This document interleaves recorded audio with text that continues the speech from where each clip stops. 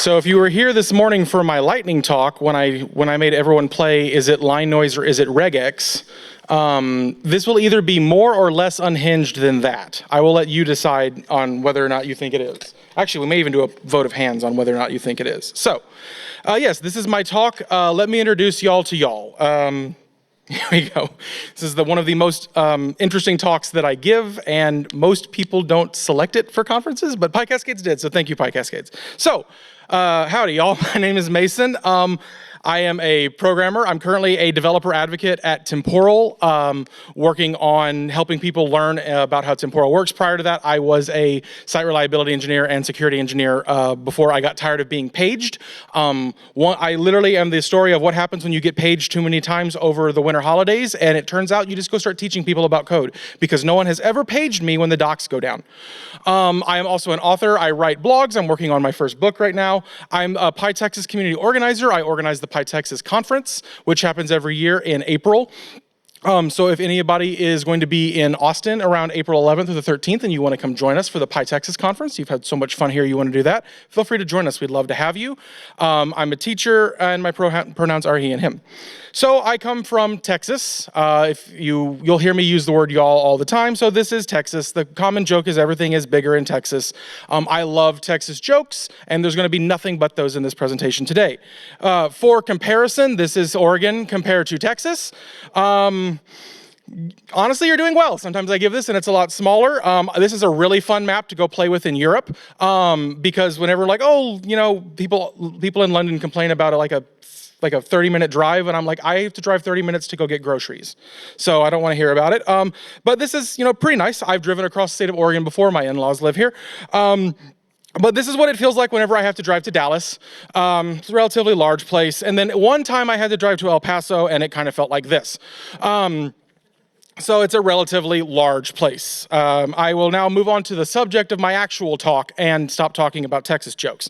So, a very common occurrence that you will see in online spaces and in common just conversation will be things like this. A presenter will come on stage and they'll just come out and address the audience and be like, hey guys, how's it going?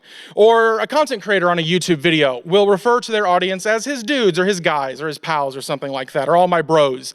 Or all of the examples in a tutorial or in your technical documentation will use he or him whenever they're referring to the third person pronoun of the person who is doing the action within their content.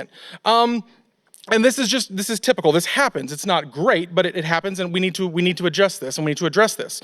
And this kind of brings about the need for inclusive language as we are writing our documentation. So these are very popular greetings. It's used by millions of people around the world. However, they're not inclusive.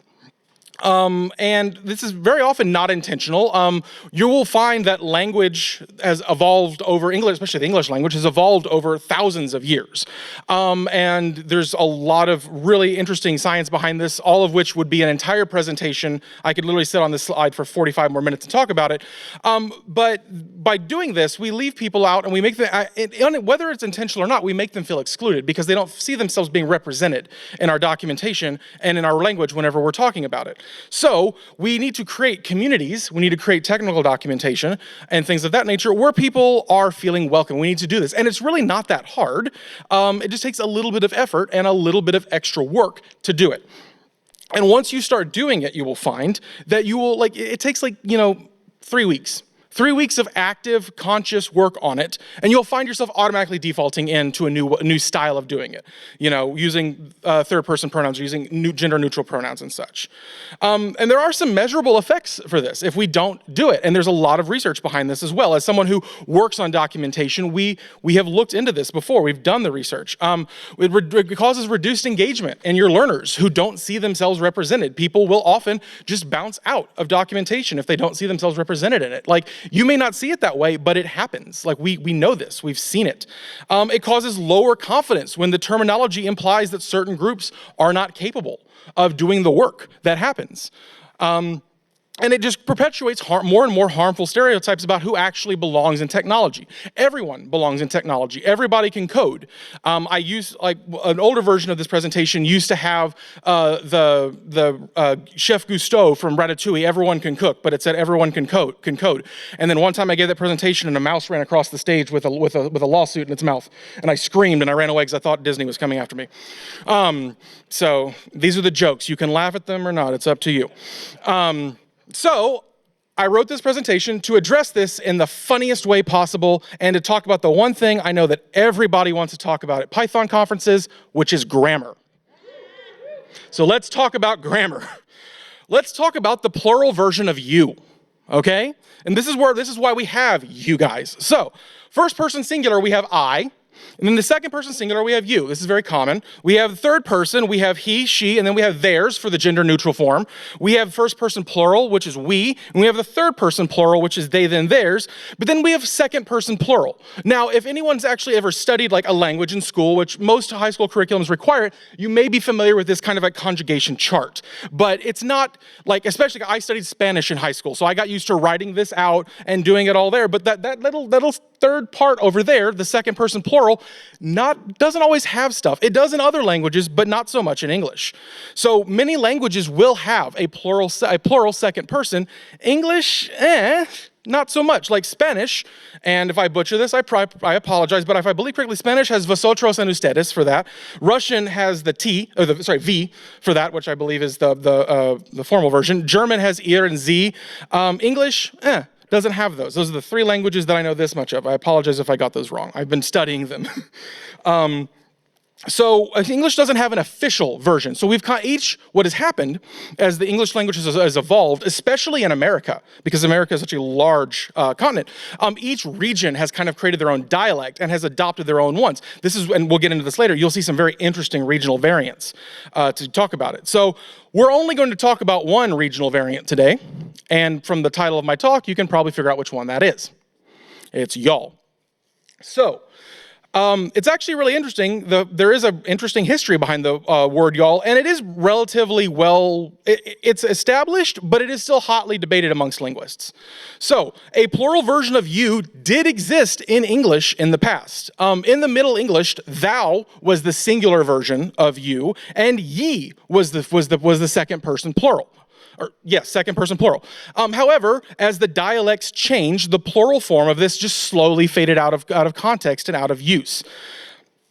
So the reason for why that goes even deeper, and again, I'm not a linguist. I am an amateur linguist at best. So I'm not going to go too much into this. So where did y'all actually come from? Well, this is still pretty much up to debate, but we have some pretty good guesses. It has a relatively singular origin. Like the area from where it came from is relatively well known, but who was the original originator of it is the conflicted part. So it did originate in the American South, which was heavily influenced by three populations. It was heavily influenced by the Scottish immigrants that came over, by the Irish immigrants that came over, but also influenced by the enslaved African populations that were also forced to settle there against their will. In the Scottish dialect, there was a phrase called ye all. So the ye part of the secondary of the second person plural was still being used, but then they took all and they added it to it. So you get ye all, which was sometimes used in place of the ye, and then if you see that how becoming shortened, you get y'all, and that was where one of the ideas of where it came from. There is actually a debate if it was ye all, A-L-L, or ye aw, A-W. And then, again, American English turning it into a weird soup.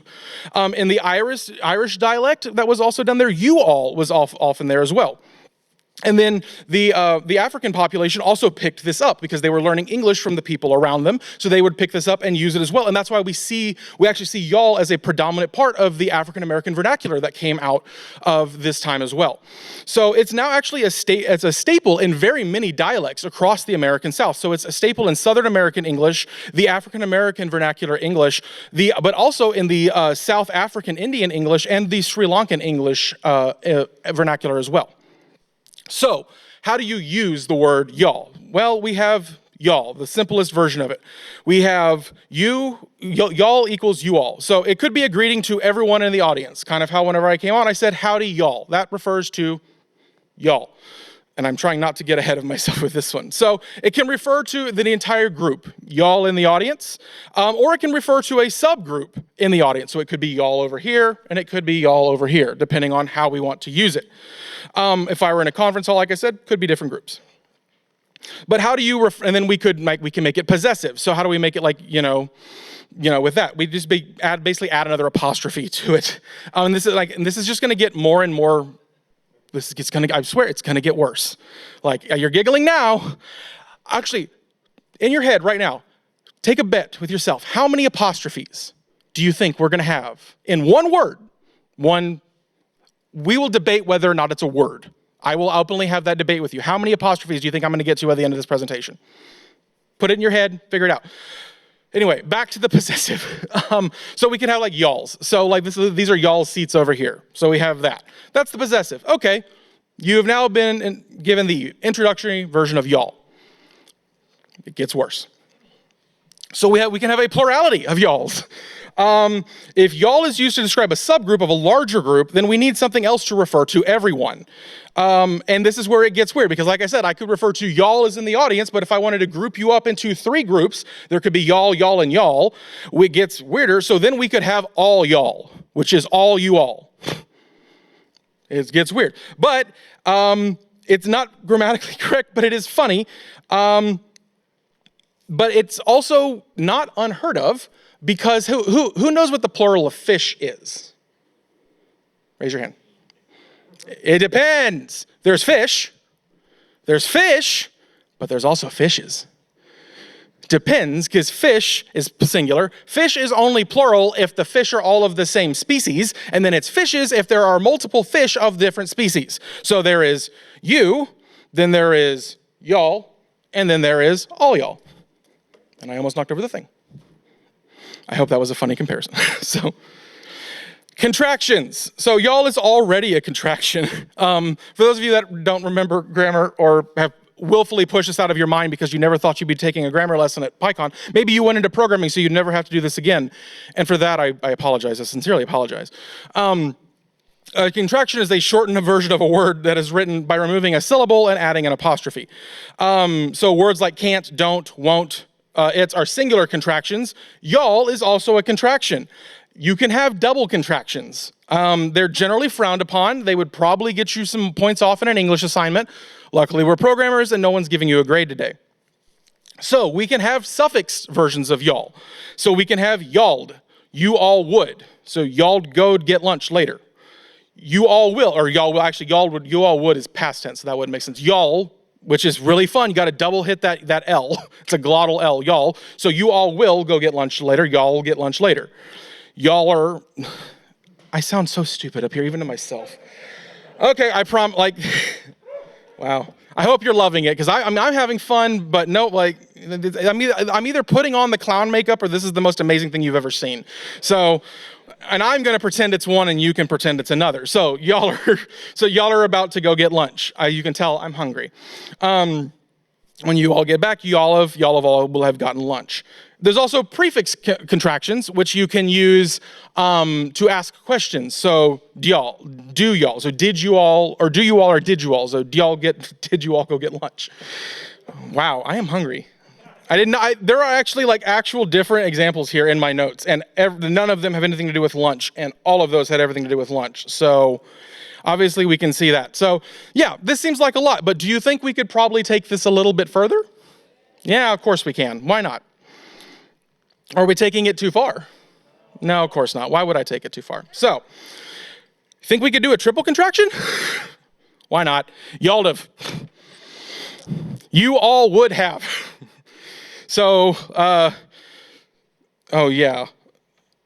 Oh no, I was about to make an example, but that's the next slide. So, and then what we can do is we can actually combine contractions. So you can combine multiple contractions into another contraction. So you have y'all, which is you all, and then you have are not, which is ain't. Does anyone see where this is going? No, it's worse than that. It's yain't. You all are not. It's yain't. So have we taken this too far? No, well, probably.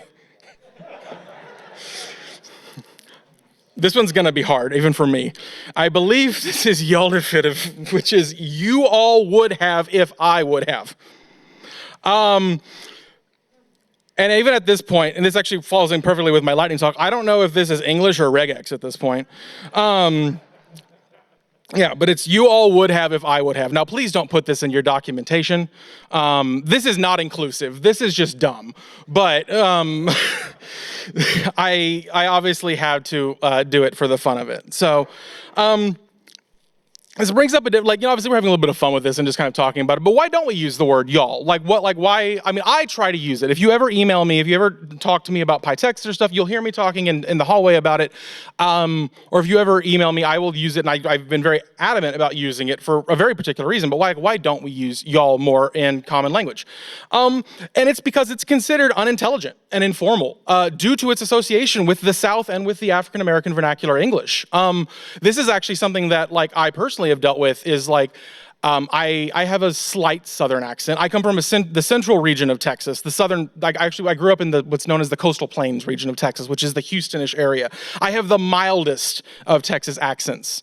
And Southern accents are generally considered unintelligent. No matter how intelligent the person is, people judge people based on an accent. So a lot of people code switch whenever they have a Southern accent. Regardless of anything to do with ethnicity or race. Just the accent alone leads people to believe people feel unintelligent. And honestly, you would think okay, well, does an accent even really matter? There was a New York Times opinion article that was published in December this past year that referred to y'all as much to slangy, regional, or, and I quote, what you would call ethnic. So it's still being used, negatively brought up in the press by, as my grandmother would say, northern and elite newspapers. That's paraphrasing.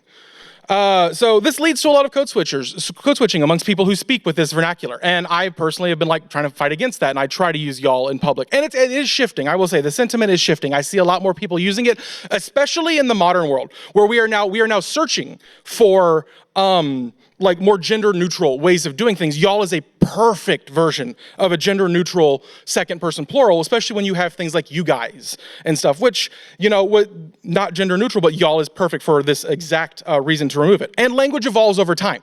This is what if you've ever taken any time to study language, it evolves over time. We will get to a point where we accept more uses of these vernaculars. And I really do enjoy that it has really gotten there. If you look at other, we have you guys, but one of the interesting things is PyCon US this year will be held in Pittsburgh. We talk about very specific regional dialects. They have one called Yinz, Y-I-N-Z. It's a weird one, which they probably think y'all is weird. But that's a second person plural. And y'all is, just like it. You could use Yinz as well. So in conclusion, which I got through this talk really fast, but hey, it happens. Using inclusive language is an easy change to implement within your project. It really doesn't take that much time to do. And what you can do is if you're using any sort of linter or anything when you're writing documentation or you're writing your emails or anything, just set yourself up some little triggers or some formatters or something. I use something called Vale, V-A-L-E, which automatically checks my markdown files for certain rules that I can define. So you can use something like that to check for these kind of things, and it'll give you suggestions for your writing. And it just makes everyone more comfortable within your community. You never know how many people have bounced out of your documentation or out of your project because all of your examples are using, masculine pronouns and referring to white dudes in your documentation. But it does happen. It's the same reason why, for accessibility reasons, it's not a good idea to use words like noobs or there's a very popular group of books, something for dummies, which is good, but it actually is kind of disheartening. Some people don't buy those books because I'm not a dummy. Why would I think of myself as a dummy? I don't want to buy that book for that. That does happen. So be aware of how you're writing your documentation that way. Y'all is an excellent choice for addressing a group of people, especially if you're looking for a gender-neutral second-person plural. And I hope you all had fun. This was an interesting talk. It's a really fun talk to give, and I really enjoyed getting to come out to PyCascades for my first time. I've never been able to make it out. I've been trying to come out for a few years, but I finally made it. And just to show you how prevalent y'all is in Texas. This is my favorite state park that I go to every year. And this sign has been, I've been there every year since I was like 4 years old. I have an annual family vacation trip, and that sign has been there every year since I was a kid. And I always come back every year, and I go, there's like a river right over that where it goes down, and I go swimming there and stuff, and it's really fun. So it would be great to have y'all come back to PyCascades, but you could even come visit me in Texas. So thank you for your time. If you'd like to find me, I'm at Mason Egger on pretty much every platform. My email address is here, my website is here, and you can come ask me questions after the fact at the temporal booth outside in the hallway, or email me or just Google me. I'm the easiest. I have a relatively unique name. I'm the easiest person on earth to Google, so just find me. And thank you very much. That's all I have.